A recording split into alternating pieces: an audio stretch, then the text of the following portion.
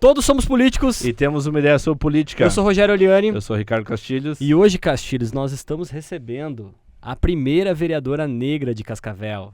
E é um orgulho ter você aqui. E seja bem-vinda, Beth. Obrigada, eu agradeço o convite, a oportunidade de estar falando com vocês aqui no podcast, no Polideia, e falar para essas pessoas que acompanham, né, os internautas, aí, os seguidores de vocês, porque é importante a gente poder falar um pouquinho do que a gente está fazendo, de quem somos, né? Muitas pessoas ainda não nos conhecem e esse espaço aqui é extremamente importante para isso. Show de bola. Beth, a gente fala aqui que o grande objetivo do vereador é representar. E hoje você tem duas bandeiras essenciais que você representa, né, no ponto de vista. E eu estou falando de uma maneira bem como eleitor, como cidadão cascavelense, de bandeiras que você representa, que são pessoas negras e mulheres. Eu quero entrar nessas bandeiras, mas eu primeiro quero conhecer a Beth. Como é que a Beth chegou até ser vereadora? Eu tenho uma trajetória em Cascavel de praticamente 30 anos. Eu vim para cá para estudar. Eu sempre quis ser professora, única certeza que eu tinha na vida. E vim para cá, passei num curso da UniOeste, na época FECIVEL ainda, que a minha primeira graduação é Ciências com habilitação em Biologia. Né? Fui professora da rede estadual, fui professora também da rede municipal aqui em Cascavel. E a ideia era vir, terminar o curso e voltar para a cidade dos meus pais, que moram ainda hoje lá em Diamante do Oeste. Mas aí aconteceu o rádio na minha vida, que foi a Rádio Colmeia, por conta do curso da UniOeste. E fui me familiarizando e coisa, fui passando, terminei o curso, né, me formei, agora faço o quê? Volto para Diamante ou continuo em Cascavel? E continuei em Cascavel, porque eu já estava na Rádio Colmeia e dando aula também pela rede estadual. Depois disso, sempre tive o sonho, né, de fazer outra faculdade, que era o curso de Direito. Né? Ter uma graduação em Direito sempre foi um sonho. É para ser advogada? Não, para ser professora. Sempre quis ser professora na minha vida. Que legal. A rádio aconteceu, me apaixonei pela comunicação, porque é apaixonante, você né, falou muito bem aqui de tudo que a gente faz, né, para a comunicação. E então fiquei fazendo essas duas atividades. Terminando a graduação de Direito, como eu já tinha uma faculdade, eu já fui fazendo também especialização. Eu sempre fui uma pessoa de estudar muito. Eu chegava a ler 70, 40, 74 livros por ano. Eu lembro que eu anotei livro por livro que eu li num ano. E então eu lia muito, eu gostava de estudar e fiz o Direito. Quando eu concluí o Direito, eu já tinha a pós-graduação. Comecei a dar aula na Univel, né, em 2004, já com a pós-graduação, tinha formado em 2003. E a partir daí também era o sonho chegar a ser professora universitária. Tinha conquistado então mais um sonho. Então não vou deixar Cascavel de novo, vou continuar por aqui. E fui ficando. Depois fui para o mestrado em 2009. 2014 veio a possibilidade de fazer o doutorado. E aí com bolsa de estudo, que era o meu sonho, só estudar. Ganhei bolsa de estudo, então eu ganhava para estudar. Saí daqui, pedi as contas na faculdade e fui para Porto Alegre. Fiz meu doutorado na PUC do Rio Grande do Sul. Nesse período, fiquei 4 anos estudando e, claro, com a certeza de que quando eu voltasse a Cascavel, eu teria oportunidade de retornar às minhas atividades, e foi o que aconteceu. No último ano, no anterior ao último ano do doutorado, eu fui convidada para entrar no pós-doutorado. E aí, então, aproveitei e terminei também o pós-doutorado. E retornei para Cascavel, para definitivamente, então, ficar aqui. Só que aí nós estávamos em 2019, 2020, início, né, de processo eleitoral, e eu fui convidada pelo seu Renato Silva, então proprietário da Colmeia, proprietário da Univel, para ajudar na organização de um partido, que era o que ele estava comandando, que passou a ser o Republicanos. Eu aceitei o convite, mas para organizar, para ajudar a organizar o partido, nunca para ser candidata. Nunca passou na minha cabeça ser candidata, disputar um pleito eleitoral. Aceitei o convite, mas aí vem aquele momento, e daqui a pouco a gente vai falar de uma questão muito importante em relação a isso, que é a da formação da chapa. Percentual, né, de gênero, da cota de gênero, que todo mundo chama cota de mulheres, mas não é isso, é cota de gênero, para compor a chapa. Não tinha mulheres. E aí, vem, vamos nos ajudar. Não tem interesse, vamos atrás de mulheres, e foi chegando o final e não tinha mulher para compor a chapa. Tá bom, vou contribuir com a chapa. E só te interromper, era uma época, nessa época que você foi candidata, era uma época onde tinha... O número de mulheres é muito maior, né, do que é hoje, por exemplo, do que vai ser hoje. Eu tô errado? Não, Não, manteve-se. não. A gente vem numa caminhada de aumentar o número de mulheres, de participação de mulheres nos processos eleitorais. Tá. Né? Ainda é muito pequena a representatividade Perfeito. feminina, mas a gente vem nesse crescente. E aí, então, 2019, 2020, eu aceitei disputar o pleito eleitoral, mas assim, com muita tranquilidade, porque não era, naquele momento, o objetivo, inicialmente, de chegar à Câmara. Mas, ao final do pleito, eu fiquei, então, com o maior número de votação do partido e acabei eleita. Que legal. Né? E aí, então, comecei, no início foi bem difícil, mas hoje eu digo para você assim, eu estou adaptada, né? Já me acostumei com aquele ambiente, tem muita coisa que precisa mudar, eu entendo que precisa, mas hoje eu já estou familiarizada com esse ambiente. Porque quando a gente está na comunicação e a gente entrevista um político, e vocês estão aqui, né, a gente batendo papo, é uma situação. Agora, quando você está do outro lado, que aí você começa a ter que pensar até no que você vai responder, é uma situação diferente. Então, foi essa trajetória que me levou até a Câmara Municipal de Cascavel. Né? E aí, também dei sorte, na verdade, de ser a primeira mulher negra a assumir, né, a Câmara, uma cadeira na Câmara Municipal de Cascavel. Isso, no começo, refletiu muito, porque, nossa, depois de 20 anos, a Câmara volta a ter mulheres, né? Somos 2 hoje vereadoras, e eu a primeira, então, da história da Câmara de Cascavel, mulher negra, assumindo a cadeira no Legislativo de Cascavel. Então, foi assim, né, a minha trajetória até chegar aqui. Então, em breves palavras, né, se a gente fosse falar em muitos detalhes interessantes, mas algo muito breve para que as pessoas compreendam um pouquinho, então, do que foi essa chegada. E nesse percurso, especialmente na campanha eleitoral, eu senti muito a necessidade da participação de mais mulheres e de uma formação e uma conscientização ou sensibilização da sociedade em relação à participação das mulheres. Porque muitas reuniões de partido, por exemplo, elas são feitas em horários em que as mulheres não podem participar. Porque a mulher, além de ser candidata, ela tem que continuar sendo mãe, ela tem que continuar sendo esposa, ela tem o seu trabalho, né, a sua atividade profissional. Perfeito. Então, tem uma série de questões que precisam ser consideradas. E aí é nesse sentido que, desde o início do meu mandato, eu venho trabalhando bastante nessa discussão de como oportunizar que mais mulheres venham fazer parte da política, que mais mulheres tenham condições de vir para a política e desmistificar aquela história de que política não é coisa para mulher. Não é? Porque ainda tem, por muito tempo, né, culturalmente falando, bastante. historicamente falando, sempre teve essa, política não é coisa de mulher. Política é coisa de homem que se reúne numa rodinha, vai para um bate-papo, começa, né, vai tomar uma cervejinha, se reúne em horários que dificulta a participação da mulher. Então, a gente precisa estar trabalhando isso. E é o que eu venho tentando fazer ao longo desses praticamente 4 anos. Eu acho que tem uma mudança muito grande nos últimos das últimas 2 eleições na participação de mulheres. Acho que hoje você tem mulheres do âmbito nacional com uma representatividade muito grande e acho que também compete as próprias mulheres a se sentirem representadas, né, por outras mulheres. Você falou uma coisa pra mim que faz total sentido. Você tem que tomar muito cuidado com o que você fala quando você é um político, porque eu tenho que tomar muito cuidado, porque a minha voz não é uma voz. São milhares de vozes que eu estou representando.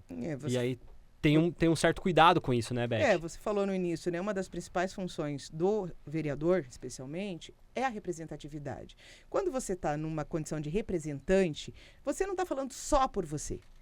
Muito pelo contrário, você está falando por uma série, ou uma gama de pessoas, ou uma infinidade de pessoas que se sentem representados por você, né? Que gostariam de poder falar, mas não está ali naquele local de fala. E aí, então, você precisa pensar justamente, será que eu estou transmitindo aquela mensagem que leva a essas pessoas que se sentem representadas por mim a compreenderem e aceitarem que é isso mesmo que elas gostariam de falar?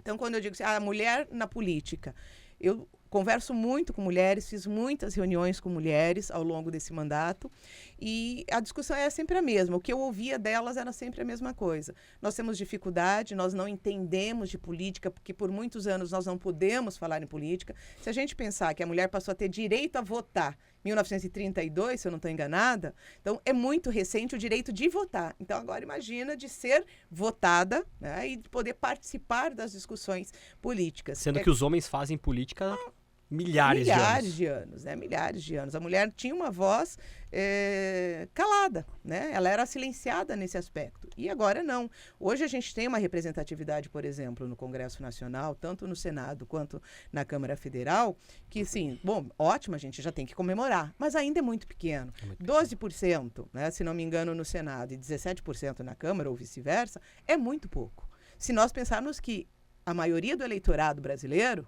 é mulher, né? A população, a maioria é mulher. Né? Então, isso traz questões para a gente refletir. Então, o que aconteceu ao longo da história? A mulher não tinha participação ativa. A mulher não podia.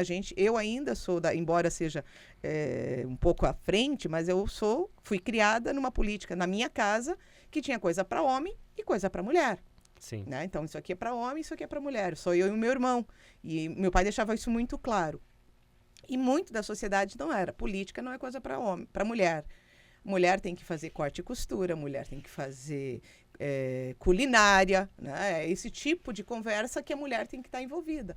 Quando, na verdade, não. Ela pode, sim, fazer a culinária, ela pode, sim, fazer o corte e costura, mas ela pode, sim, discutir política. Como é que eu, enquanto mulher, vou discutir, por exemplo, a questão de tributos para a nossa cidade, desenvolvimento, mobilidade, se eu não estiver envolvida, se eu não estiver inserida dentro desse contexto? Então, eu preciso estar.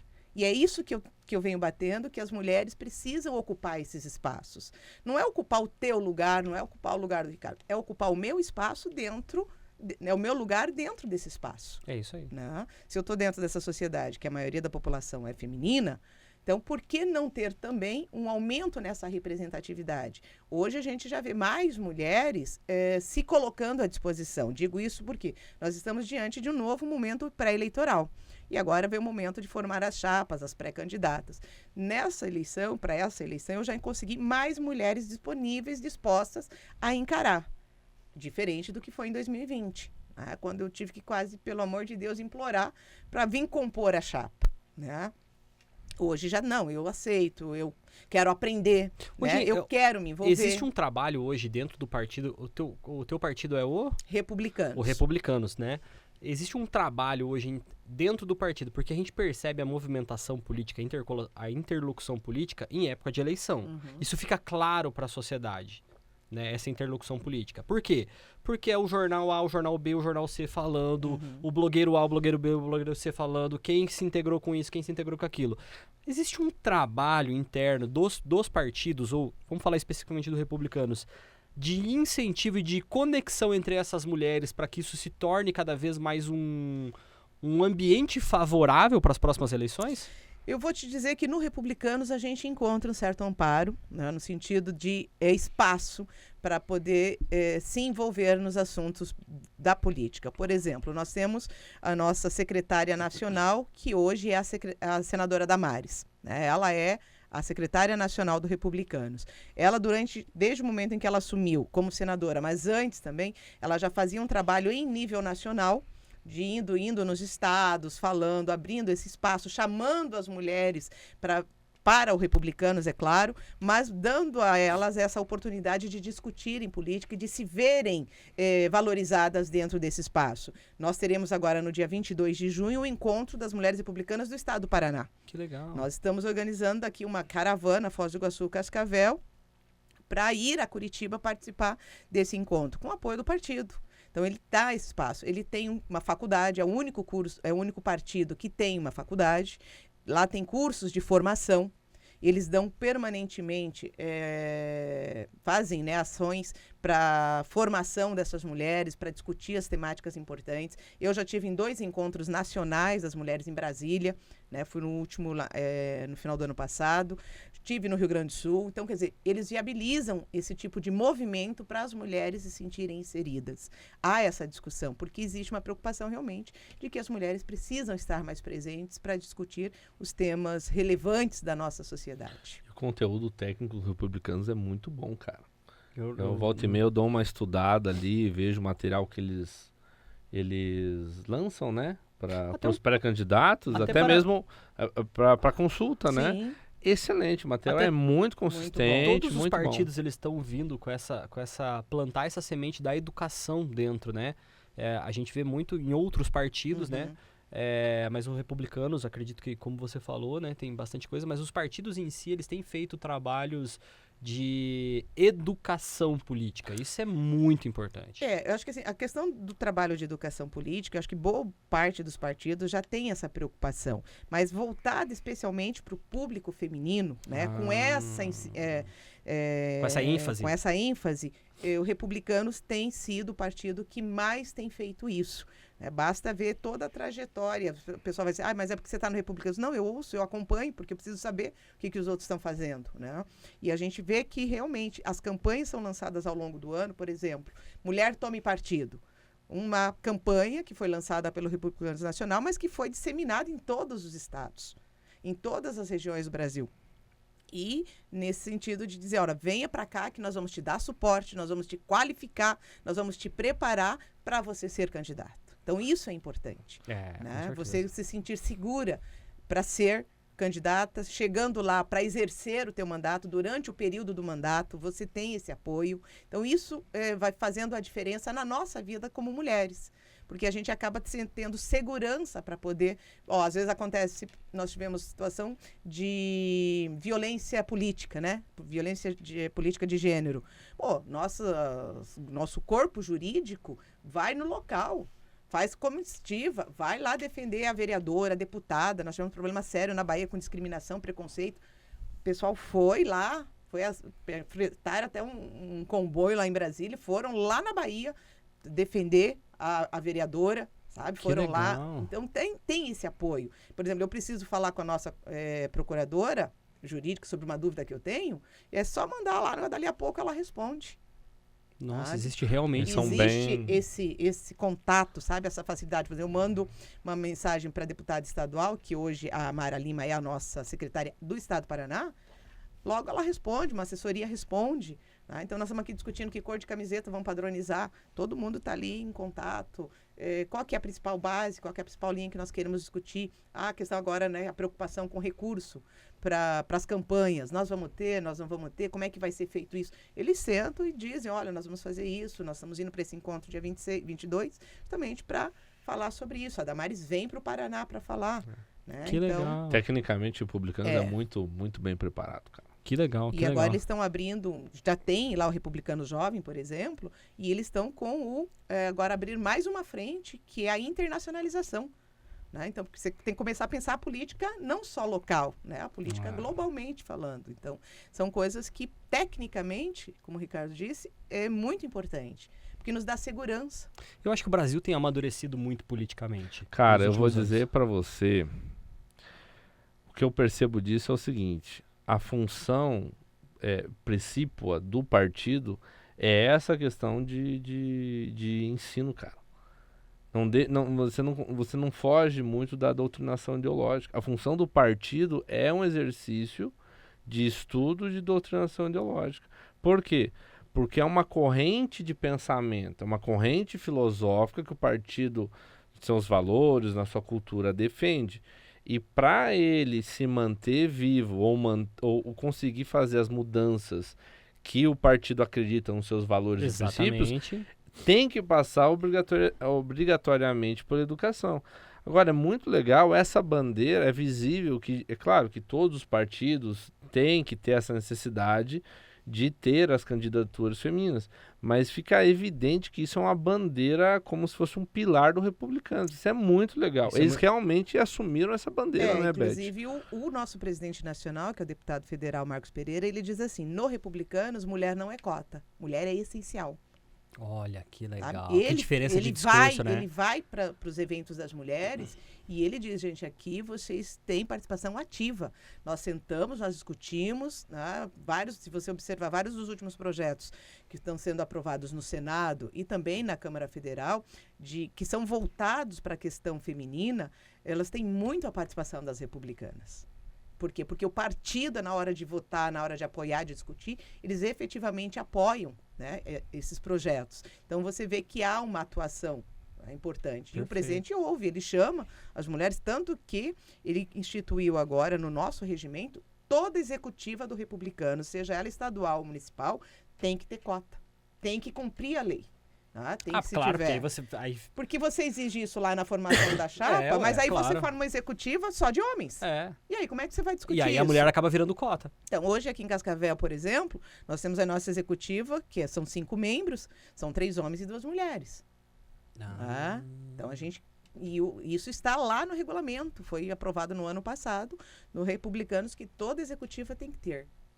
Se tivermos, que bom se a gente tivesse 3 mulheres, seriam 2 homens. Mas aqui nós temos 3 homens e 2 mulheres. Então, e estadual também. Eu estava até pensando aqui, você estava falando, eu estava pensando assim, hoje a Câmara de Vereadores tem a Beth e a Lilian. Isso. Né? A Lilian, inclusive, está super convidada. A gente já mandou mensagem para convidar ela aqui para poder participar também. Queremos ouvir todos. Mas se a Câmara de Vereadores ela é uma base representativa da nossa sociedade... Hoje a gente está falando de 2 mulheres que representam menos de 10% da Câmara de Vereadores. Então deveria ser, se a gente fosse trabalhar com essa base societária, as mulheres são maioria hoje na cidade de Cascavel. Só buscar pelo IBGE, acho que vai dar 55%, se eu não estou enganado, 55%. Nós devemos ter 11 mulheres dentro da Câmara de Vereadores para poder ter essa representatividade. Se a gente pensar isso como recorte social, porque a Câmara de Vereadores é o recorte social do que nós temos aqui. Entendeu? Em termos de representatividade. Se nós fosse fazer essa conta... Seria isso. E hoje a gente não percebe. Não tem, se a gente fosse pensar assim de candidatas prováveis aí como vereadora, a gente não 11. Eu fico pensando, quem que a gente poderia pensar? E aí as mulheres precisam realmente... porque eu entendo isso muito como um movimento, sim, que os homens precisam também estar dispostos, né? Vamos colocar assim. Claro. E de uma maneira generalista falando... Mas as mulheres também precisam se envolver.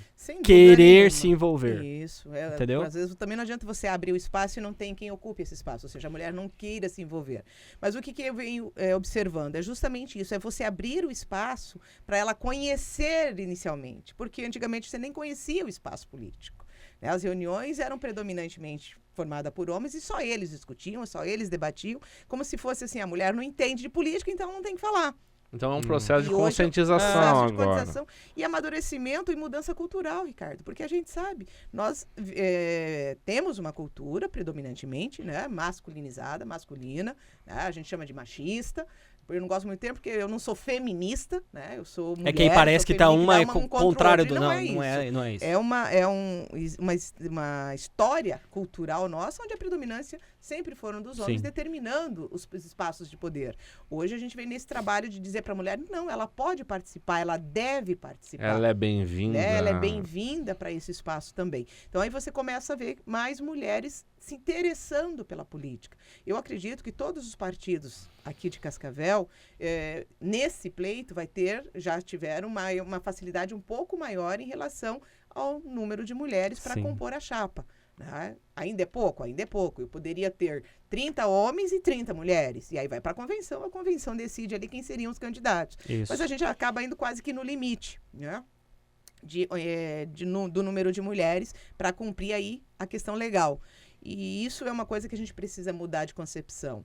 Não é porque a lei diz que eu tenho que ter 30% de cota de gênero diferente, que tem que ser 70% de homens e 30% de mulheres. Por que não 50% de homens e 50% de mulheres na chapa? Né? Seria interessante. Você já estaria caminhando para essa questão da representatividade. Mas a gente está caminhando. A gente já avançou. Nós passamos em Cascavel 20 anos sem ter uma mulher eleita. E aí a gente Cascavel já teve uma presidente da Câmara, que foi a Marlise Cruz, né? A Marlise Cruz que foi presidente da Câmara, a única mulher que foi presidente da Câmara. E ali se você for olhar na Câmara mesmo, com a representatividade feminina da Beth e da Lilian, essas mulheres são porreta, cara. Claro que são. Do corpo ali da Câmara, elas têm um preparo acadêmico de conhecimento que bota todo mundo no bolso ali. É um negócio impressionante. Tanto você quanto a Lilian, né, Beth? Uhum. Vocês são doutoras, pós-doutoras. Imagina. E é isso que eu ia te perguntar. Entrar uma discussão, e aí, como é que é? Não, eu ia até te perguntar. Essa é uma curiosidade. Até vou fazer essa pergunta.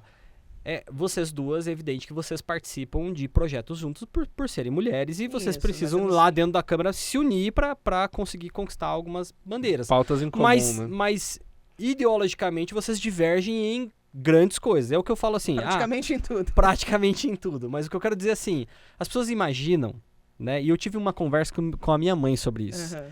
A minha mãe falou assim, a minha mãe, ela é bem...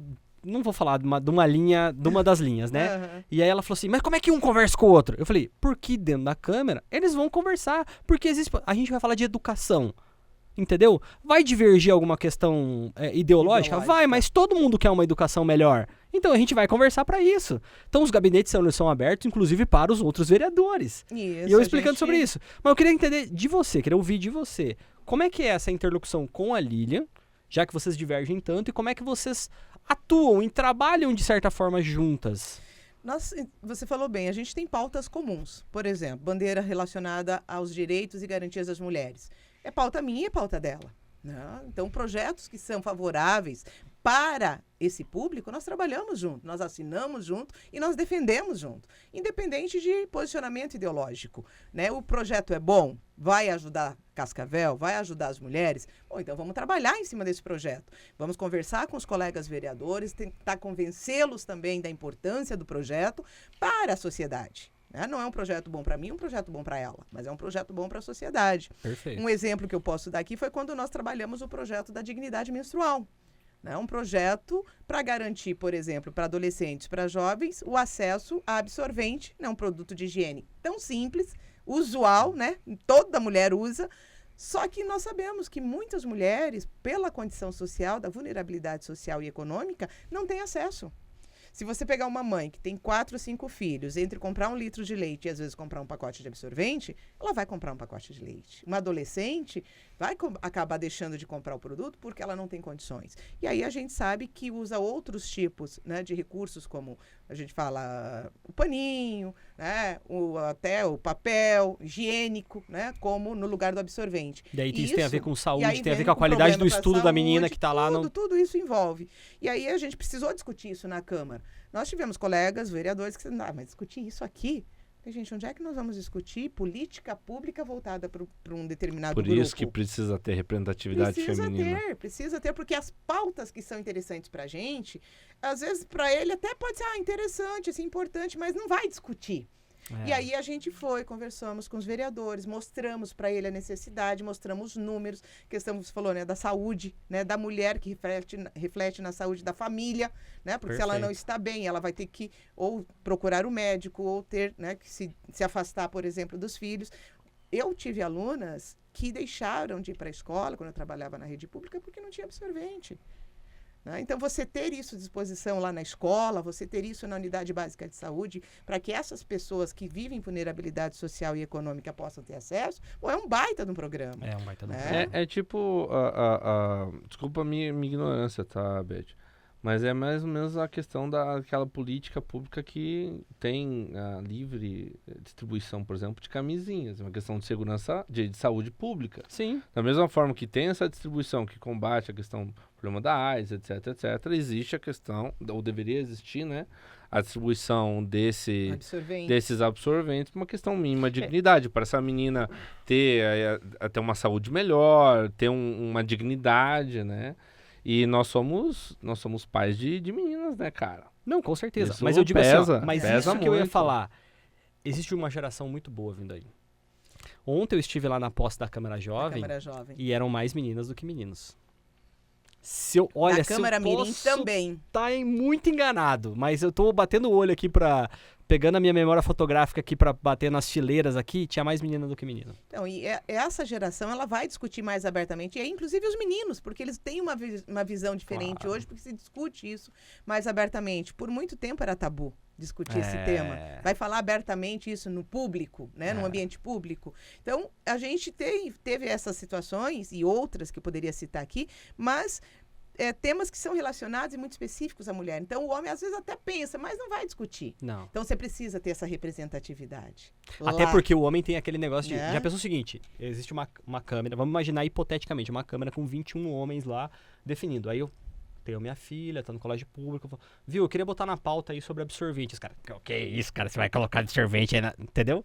Aí os caras ficam assim, não, então deixa, vou engavetar isso aqui. Ele não vai tratar desse assunto. Mas tem uma mentalidade muito porca, né, cara? Mas você não acha que isso é possível de acontecer? Realmente, nem todo mundo aceitou tão abertamente. Claro, porque não queriam nem discutir. Porque é um assunto difícil, às vezes, de tratar, até por uma ignorância de saber que isso impacta, por exemplo, na saúde pública.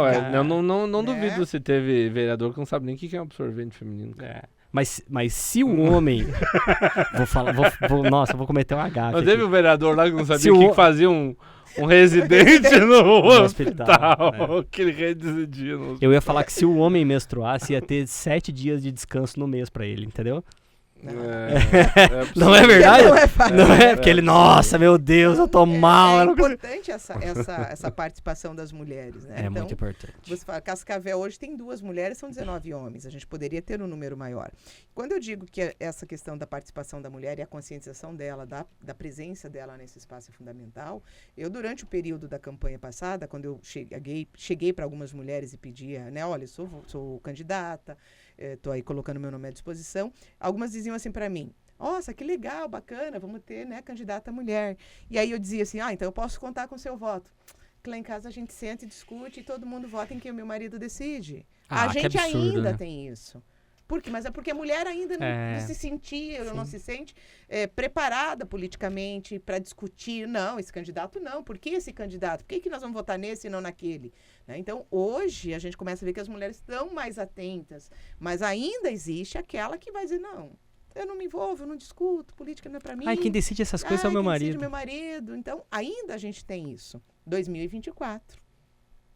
Mas tu sabe, eu vejo como uma porta que se abre. Sem dúvida. Quando você e a Lilian trazem esses temas à mesa, e quando você traz esse tema à mesa, quando você coloca isso tudo à mesa, você não está só trabalhando para você está abrindo uma porta para as meninas que estavam ontem lá na Câmara Jovem, a Câmara Mirim, essas meninas que estão aí, elas vão olhar e vão falar assim, se a Beth fez, cara, ela já rompeu. É igual pular, a pessoa que faz salto em altura.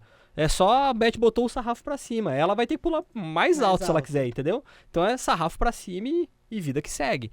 Então eu vejo parabéns, viu, Beth? Eu acho que precisam de cada vez mais representatividade e não só as mulheres. Mas eu tenho falado muito sobre isso aqui e tenho aprendido muito com esse programa, muito. Mas a gente percebe hoje, com todo respeito às diversas bandeiras que nós temos, mas a gente fala assim, a Câmara ela tem que ser um recorte da sociedade. Hoje nós temos lá 4, 5 vereadores que defendem ardosamente sobre a causa animal. Pô, precisa ter tanto? E sobre as crianças que têm autismo, e sobre as pessoas com deficiência, e sobre os não sei o que lá. Então, realmente, se a Câmara de Vereadores ela precisa ser um recorte da sociedade de representatividade, a gente tem que pensar nesse sentido. Tem que ter as mulheres, tem que ter as mulheres negras, tem que ter isso, tem que ter aquilo. Então, a gente tem que ter lá para que você tenha várias vozes representando lá e que aquilo seja de verdade e aí julgado. Isso eu chamo a atenção do eleitor e da eleitora. Porque quem faz a escolha, né, são os eleitores.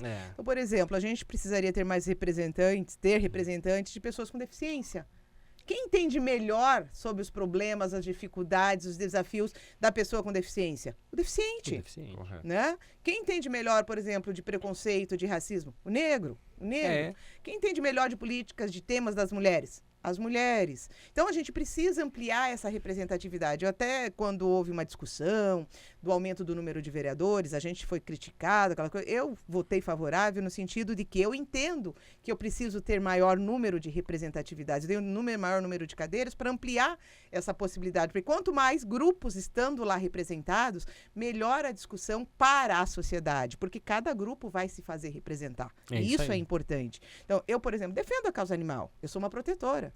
Né? Eu tenho animais na minha casa, eu recolho animais. Porque essa bandeira está enraizada dentro de você. Né? Mas eu sempre tive animal. Né? Desde que eu me conheço, que eu ganhei meu primeiro cachorro, eu só fui aumentando o cachorro. Né? Inclusive, já ganhei como presente de alunos cachorro. Né? Um dia na sala de aula eu tinha perdido tinha morrido. Aí chegam os alunos com uma caixa desse tamanho na sala, era um cachorro que estava dentro da caixa.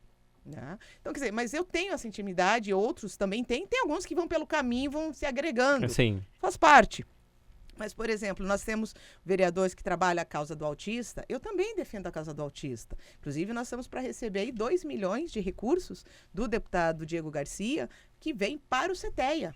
Nós precisamos ampliar o atendimento do CETEA. Nós estivemos em Brasília, conversamos com ele, levamos a demanda e ele trabalha com essa causa e vai destinar para Cascavel. Então, a gente acaba também pegando outras bandeiras ao longo do caminho, mas não uma coisa tipo assim, essa é a minha principal bandeira. Mas a gente precisa ter alguém lá que tem essa bandeira no coração, né? No dia a dia. Por quê? Porque ele chama os outros. Foi o que aconteceu. Eu acabei conhecendo melhor essa causa, me envolvendo nessa causa, porque alguém também foi lá e chamou, né, para essa causa. Então, todas as possibilidades que nós temos na sociedade precisam estar representadas, ou precisariam estar representadas no legislativo. Quando a gente fala da representatividade como função primordial dos vereadores, mas nós temos outras duas que são fundamentais, que é a fiscalização e que é a produção legislativa. E aí, quando você fala, né, perguntando da questão da discussão com os colegas, claro, se você tem uma formação jurídica, se você tem uma formação mais aprofundada, facilita na discussão, facilita você discutir, apresentar argumentos sobre aquela situação. Agora, quando você não tem, fica meio difícil você dizer, não, é porque eu não gosto. Ah, não, porque não. Não, porque não é justificativa. Então, nesse ponto, a gente, às vezes, acaba tendo uma certa facilidade, né, de discussão, de argumento em relação a determinadas situações. Claro, todos os vereadores têm acesso a um chefe de gabinete, que normalmente é alguém formado em direito, alguém que tenha, né, uma qualificação, porque também vai ajudar, né? Nem todos são obrigados a se formar em direito. E a Câmara também tem um aparato, né? Tem procuradores, tem a própria assessoria da Câmara, tem as assessorias, né? Tem as comissões que analisam cada temática. Eu, por exemplo, participo da Comissão de Educação, participo da Comissão de Meio Ambiente, participo da Comissão dos Direitos dos Animais, participei da Comissão Especial de Revisão Legislativa, porque também a gente tem muita coisa que não serve para nada. A gente sempre fala da enxurrada legislativa que nós temos no Brasil, que não serve para nada, né? Que precisa ser revista. E a gente fez isso, estamos fazendo ainda na Câmara uma revisão de toda a nossa legislação. Muita coisa a gente já viu que está lá só ocupando espaço e não se pratica, não se efetiva. Então, nesse ponto, é preciso ter todas essas situações, esses grupos, e aí ter esses profissionais. Mas é claro que o vereador esclarecido, o vereador bem informado, o vereador que conhece, é muito melhor para você discutir, é muito mais fácil de você dialogar. A Câmara é um espaço de diálogo. O que é a política? Né? O que era a polis, né? O centro, as cidades. É você sentar, é você discutir, é você se reunir, é uns grupos poder discutir. É isso que a gente faz na Câmara. Às vezes você chega na Câmara, você nem quer olhar para a cara daquele vereador, mas você tem um tema importante, você precisa sentar com educação, com respeito e discutir com ele. Vamos dizer assim, ser adulto, né? Sentar na mesma mesa e vamos conversar. Porque você tem 21 pessoas ali que são diferentes. Pensam diferentes, defendem situações diferentes e têm interesses diferentes. Não dá para dizer que quem chega lá não tem um interesse. Tem. Eu tenho interesse. Tenho interesse de que mais mulheres venham para a política. Eu tenho interesse que as pessoas conheçam melhor a política, que a sociedade discuta a política e veja a política como ela realmente é, né? Não só aquela história do politicagem tomar lá da cá. Eu falo muito. Eu tenho um programa de rádio aos sábados e eu digo às vezes assim, gente, você eleitor é o meu patrão. Nós que somos do direito do trabalho, a gente fala assim, ó, você tem um contrato de trabalho por tempo determinado e por tempo indeterminado. O político, ele é um contratado por tempo determinado, que pode ter o seu contrato renovado ou não. Então, eu agora me elegi por 4 anos. Posso ter um contrato renovado. Aonde? Lá na urna eletrônica, na urna, no dia da votação. Se a população entender que foi um bom trabalho e que eu mereço ficar mais 4 anos, ela me contrata novamente. Exatamente. Caso contrário, acabou o contrato por tempo determinado. São 4 anos. Então, às vezes, quando as pessoas falam assim, mas político está lá a vida inteira. Mas quem é que tem que fazer ele deixar de estar lá a vida inteira? É o eleitor. Se eu votei em você, você não me representou bem, por que eu vou votar de novo? É isso aí. Né? Por que eu vou dar condições? Mas tem várias coisas. Mas nós já estamos mudando. Estamos evoluindo. Estamos evoluindo nesse sentido. Então, eu tenho muita expectativa, muita esperança que a gente ainda vai chegar numa sociedade onde a grande maioria, a gente nunca fala em unanimidade, mas a grande maioria seja capaz de discutir política, né? De ver a política como uma ferramenta importante de transformação social, de desenvolvimento econômico. Eu não vejo nenhum problema, assim, independente da ideologia, eu não vejo nenhum problema da pessoa ser A ou B dentro da esfera política, desde que ela saiba onde ela está localizada. Não é verdade? E aí eu percebo dessa forma, que muitas pessoas acham que elas estão no A, mas elas não estão no A, elas estão lá no B. Entendeu? E aí eu vejo isso uma ignorância política muito grande na nossa sociedade. Então, E uma coisa que você falou sobre o aumento de número de cadeiras na Câmara de Vereadores. E eu vou te contar uma coisa. Quando eu comecei, há 4 anos atrás, que a gente começou a trabalhar e entender um pouco mais sobre o processo eleitoral, e o Castilhos foi um cara que me inseriu nisso tudo. Ele sempre foi bem político, né? Mas eu sempre tive, assim, ó, eu era contrário a fundo eleitoral. Eu era contrário a aumentar o número de cadeiras na Câmara de Vereadores. Eu era contrário às eleições serem de 2 em 2 anos. Eu era contrário.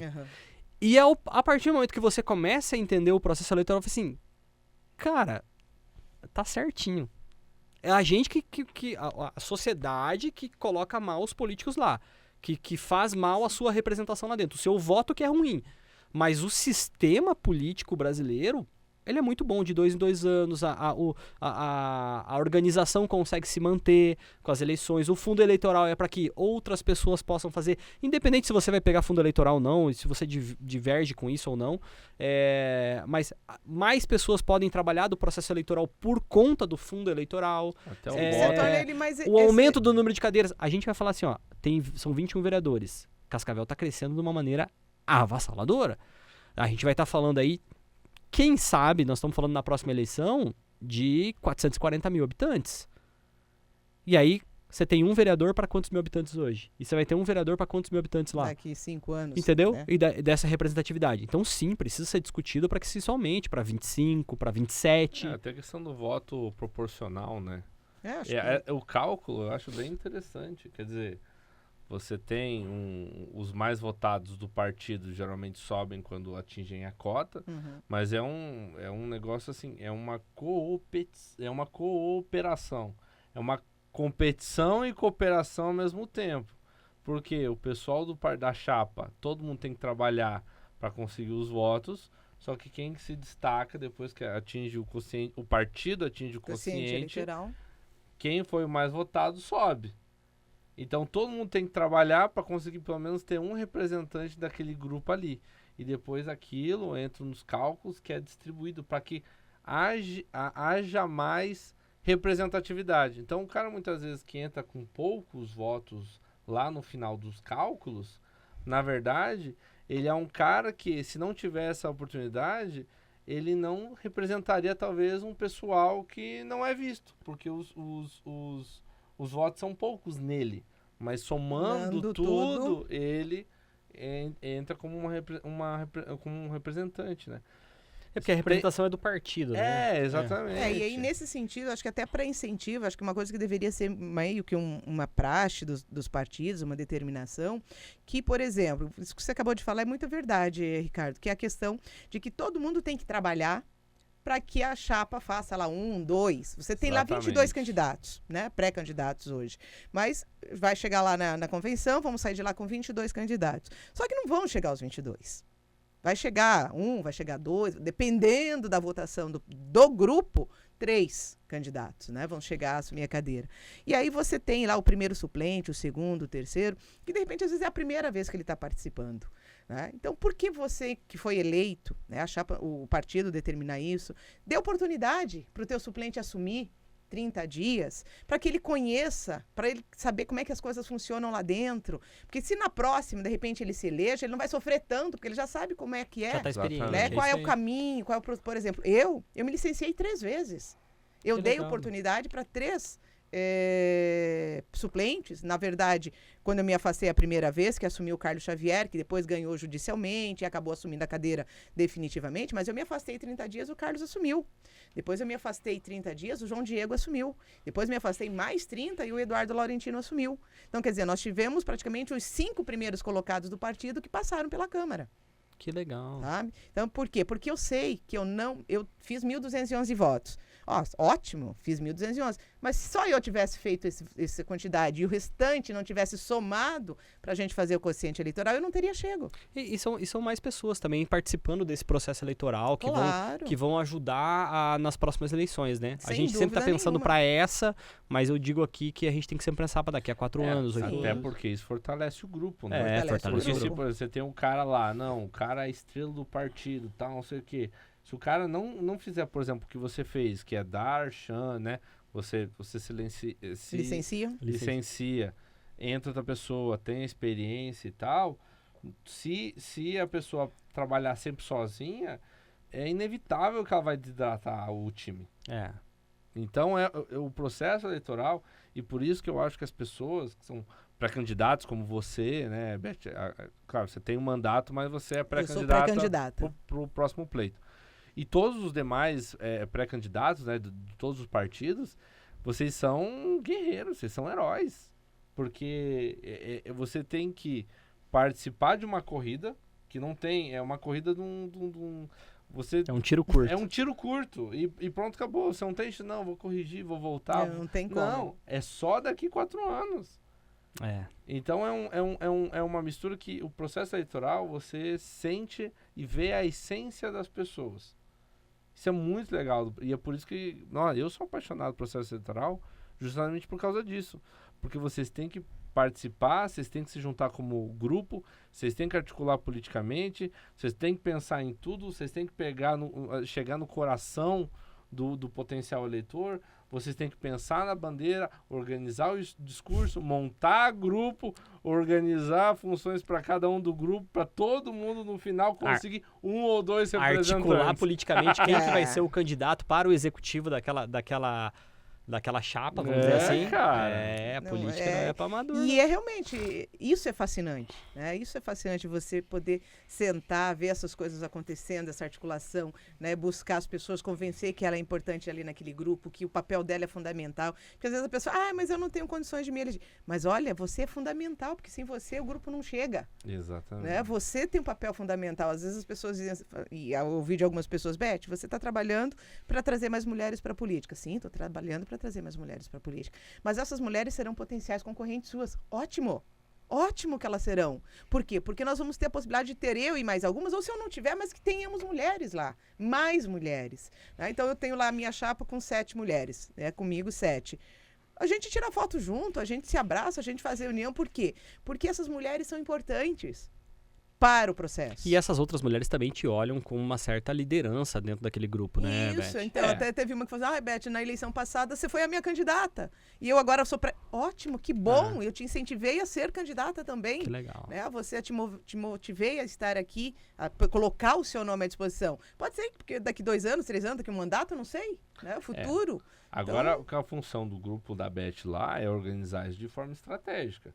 É ver, beleza, nós temos 7 candidatas. Isso. Beleza, vamos distribuir regiões na cidade para cada um visitar a sua região e definir bandeiras que cada uma vai defender. Que colaborem. Aí entra toda aquela questão da autonomia partidária, de organização interna, etc. Exatamente, etc. de quem faz o melhor trabalho de divulgação e quando é permitido, que eu acho né? importante, e aí eu digo porque inicialmente eu fui pega de surpresa, que é, por exemplo, a questão da divisão dos recursos, né? Do dinheiro, do fundo partidário, como você falou.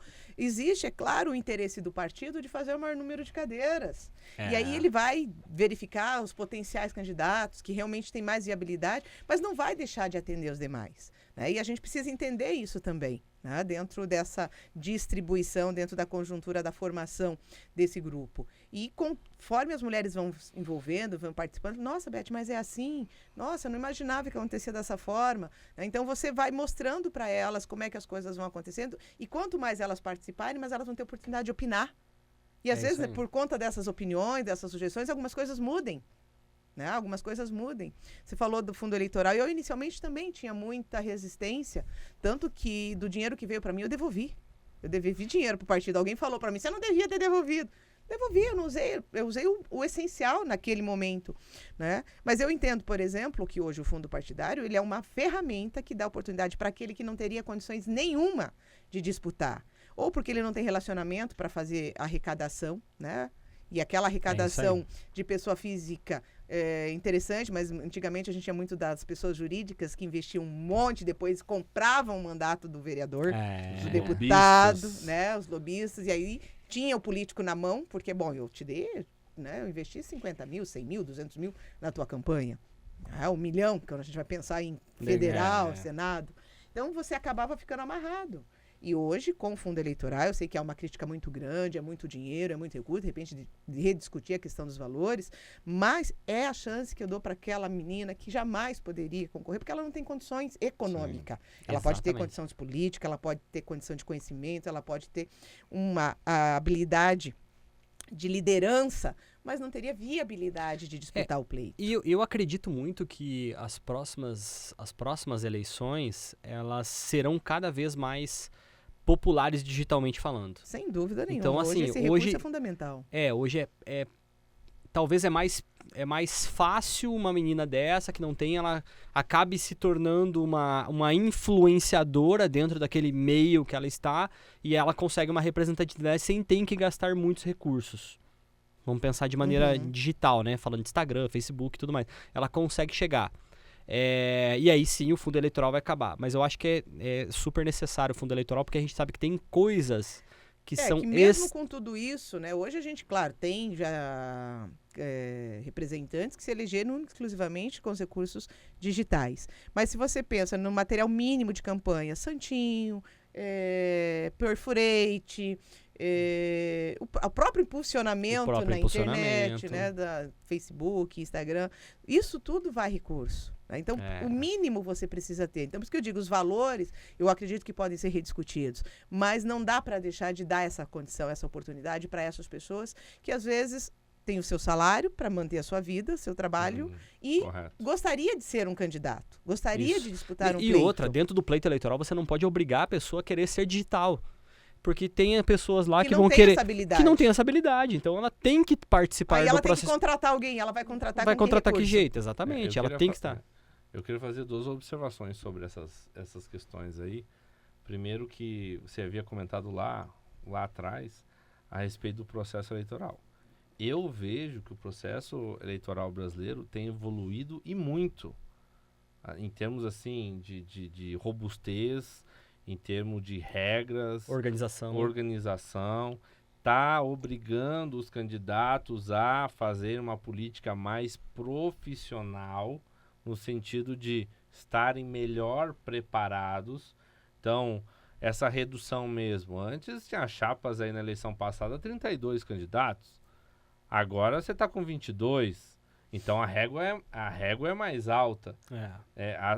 As regras que estão vindo estão exigindo mais preparo desses candidatos, um processo maior de articulação, né? E também o seguinte, não pode dinheiro, vedado o recurso de empresa. Então o candidato ele se obriga a ter que falar com a pessoa, a ter que botar a cara a tapa. Colocar a cara a tapa, conseguir a empatia dessas pessoas, né? Assim, a simpatia das pessoas para com o seu projeto. E eu vou repetir uma coisa que nós já falamos num podcast passado. Tem um filósofo alemão chamado Jürgen Habermas, que ele fala que o cidadão ele é cliente e fornecedor ao mesmo tempo do processo político.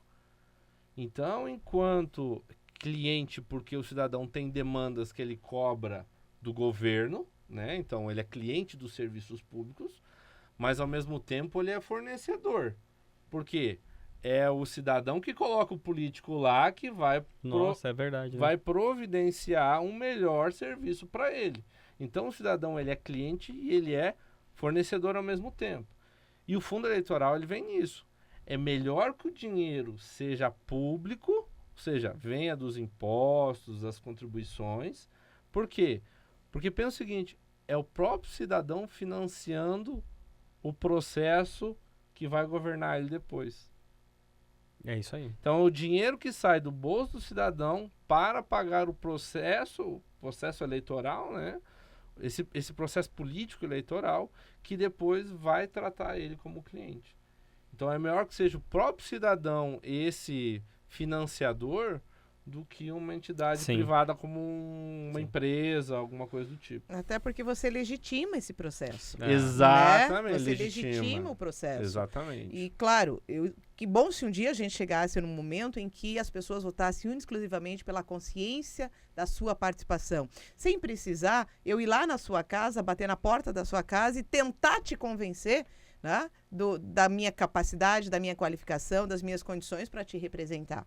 Onde o eleitor tivesse interesse, fora do momento eleitoral, para conhecer as pessoas, para conhecer a sociedade, para conhecer quem são as lideranças. Porque às vezes você tem uma pessoa lá na tua comunidade, no teu bairro, uma baita de uma liderança, mas você não conhece. Aí daqui a pouco ela se torna candidato.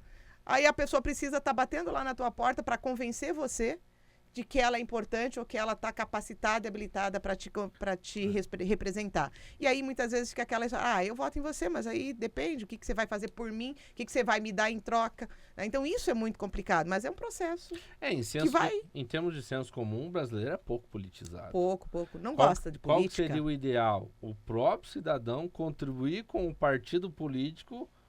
daquela ideologia que ele se sente mais confortável, que o identifica nos seus valores, né, e cultura, ele faria esse aporte no partido para que o partido desse andamento. Aí não precisaria de dinheiro público para isso, né? Isso. Mas já ainda que não tem... E aí hoje política, essa situação, né? Acho que só existem 2 partidos hoje no Brasil que acontece isso. Eu sei que o Novo tinha, até então, quando nasceu. O PT é muito forte nisso. Mas o Novo, acho que vai usar o fundo eleitoral. Vai. Mas eles têm o incentivo das pessoas lá também. A participação das pessoas, né, diretamente, com as suas doações individuais. Ô, Beth, deixa eu te perguntar uma coisa. Falando de futuro político. Você é pré-candidata a vereadora, ok? Sou pré-candidata. Sem problema. E os teus voos maiores? O que você imagina aí para as próximas eleições? E eu quero devagar mesmo. Não quero nem... Não quero ser o... Vamos dizer, com aspas ao que eu vou falar... bem aspas, não quero o seu comprometimento de, eu vou sair para isso, eu vou sair. Mas qual que é o sonho da Beth? Eu sonho chegar na Assembleia Legislativa. Né? Eu acho que eu conheci um pouco mais da Assembleia, tive a oportunidade de estar lá, né, acompanhando um pouco mais, conversando com os deputados, indo atrás de recursos, vendo como é que funciona e vendo a possibilidade que você, na condição de deputado, tem também de ajudar a sua cidade, né? Ajudar a sua região, porque aí amplia o leque. Aqui eu sou vereadora, eu consigo fazer coisas para ajudar Cascavel. Né? Claro que ajudar Cascavel é excelente.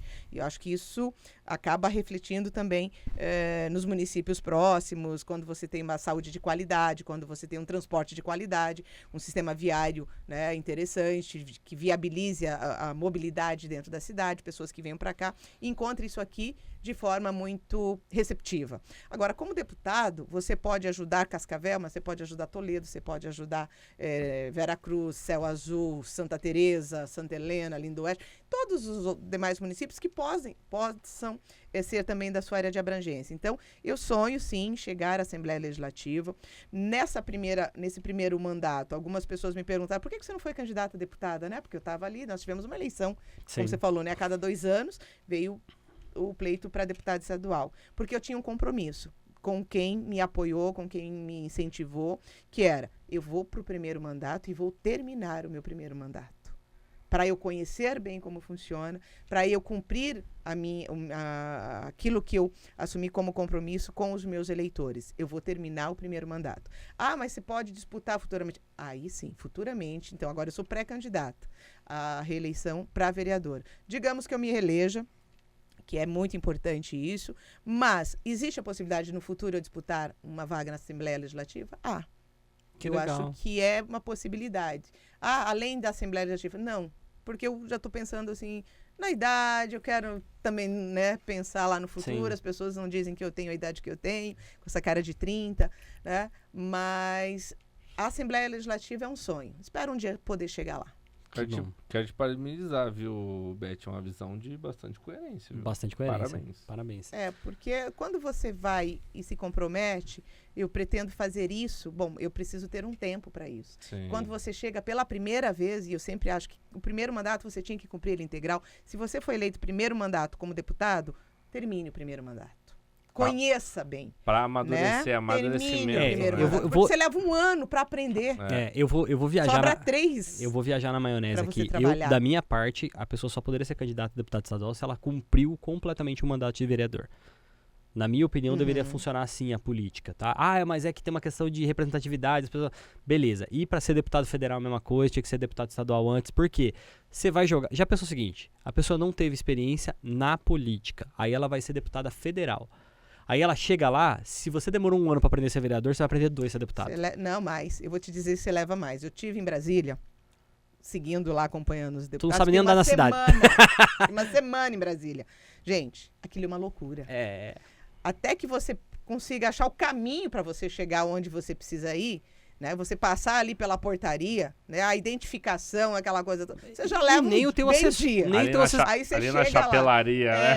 Aí você chega lá. Até que você consiga realmente ver como funciona. Eu quis ir nas comissões, eu fui em comissão de educação, fui na comissão de saúde, eu queria ver aqui o projeto sendo discutido, como é que funciona. Cara, é uma loucura aquilo. E aí você anda na Câmara Federal, por exemplo, terça, quarta e quinta. Não, aquilo é um trânsito enlouquecido. Então, até que você se sintonize, você comece a se preparar realmente para representar, leva tempo. Então, você não tem nem time, né? Não. Porque você não tem nem assessoria para isso. Com quem que você vai... Com quem que você vai começar? Com quem que você vai começar? Né? Com quem que você vai começar? Quem então, que vai ser seus assessores lá? Quem vai ser aqui? Porque quem vai ser... muda tudo. É tudo diferente. A dimensão é muito grande. Então, eu digo, levei 1 ano para entender a sistemática da Câmara, para conhecer regimento, né? Para começar a me familiarizar e circular. Mas normas parlamentares você já tinha de cor e salteado, né? Então, aí algumas coisas você começa a não exigir tanto. Por exemplo, a gente, né, do direito tem muita questão do direito administrativo. Tem muita coisa que a gente bate em cima dos princípios e você não pode abrir mão.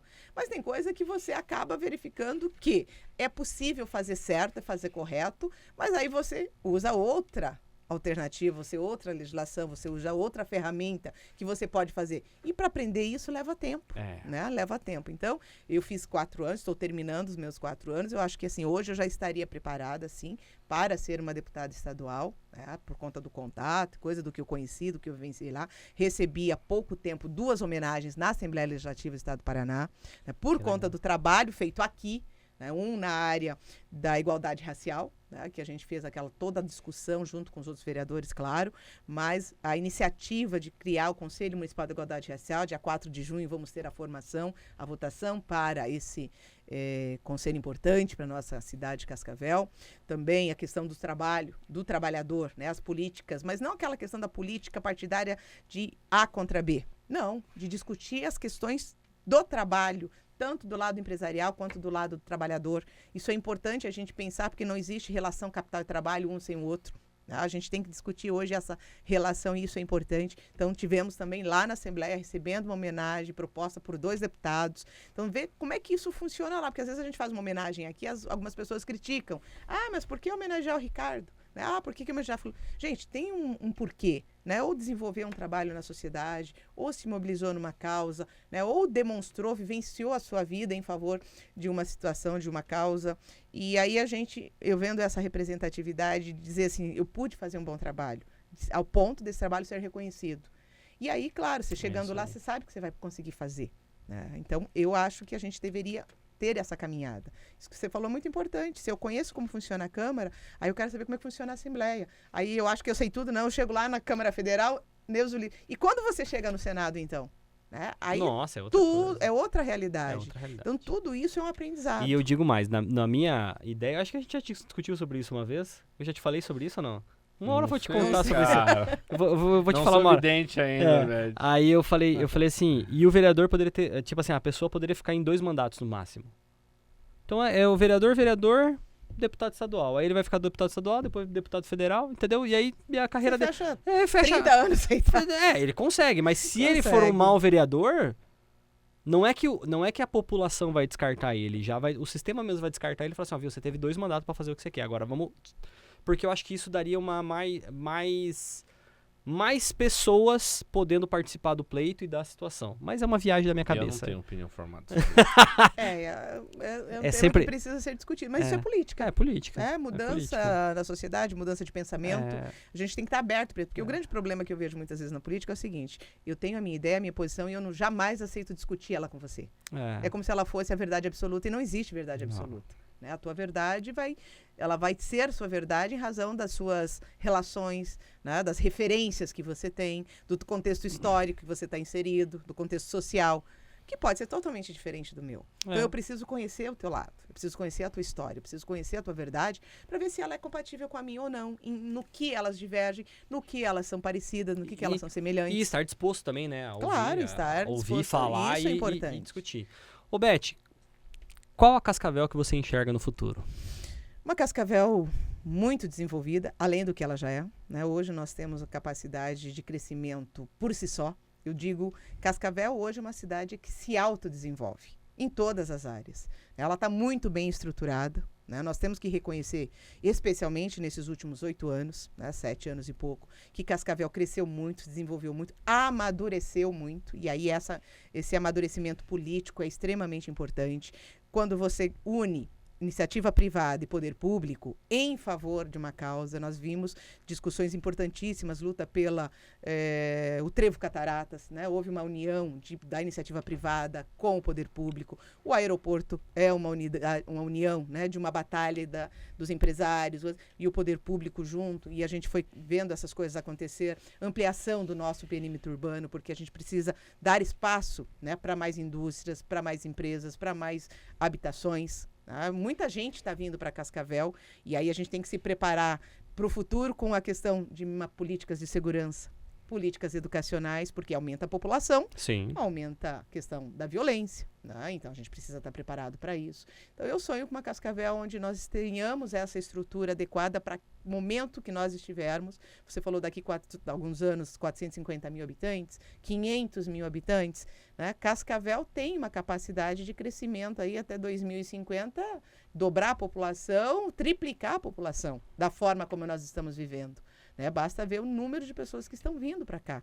A quantidade de faculdade que a gente tem. Em busca de trabalho, né? Em busca de educação, de melhor educação, de emprego, né? Trabalhos cada vez mais desenvolvidos, mais tecnológicos, né? Uma cidade mais tecnológica. Isso, nós temos que estar preparados para isso. Não dá mais para pensar em crescimento e desenvolvimento socioeconômico sem pensar em crescimento tecnológico. A máquina está aí, a tecnologia está aí à nossa disposição. Então, uma cidade mais evoluída, politicamente falando, é uma cidade educacionalmente falando também mais aprimorada no sentido das oportunidades, ampliando as várias áreas que a gente tem para se desenvolver ainda, né, na área tecnológica especialmente. Eu acho que uma sociedade que esteja cada vez mais tecnológica, mais desenvolvida, mas que ela seja também mais humanizada. Nós não podemos esquecer o lado humano. Nós somos seres humanos, nós precisamos reconhecer a nossa condição humana com todas essas ferramentas que vêm para nos auxiliar. Eu não posso, em detrimento, né, de uma tecnologia, desmerecer ou desconsiderar o outro, desconsiderar a pessoa, o cidadão. Porque é para ele que tudo isso acontece. É para o cidadão que a gente quer melhor saúde, melhor educação, mais tecnologia, mais emprego, melhor transporte, maior segurança. Então, é para esse cidadão que a gente precisa estar pensando nessa cidade mais humanizada, uma cidade baseada nos princípios da justiça restaurativa, da comunicação não violenta, onde a gente possa discutir os nossos temas divergentes com muita paz. E fazer política séria. E fazer política séria, que é possível fazer, viu? Com certeza. É assim, uma realidade muito grande.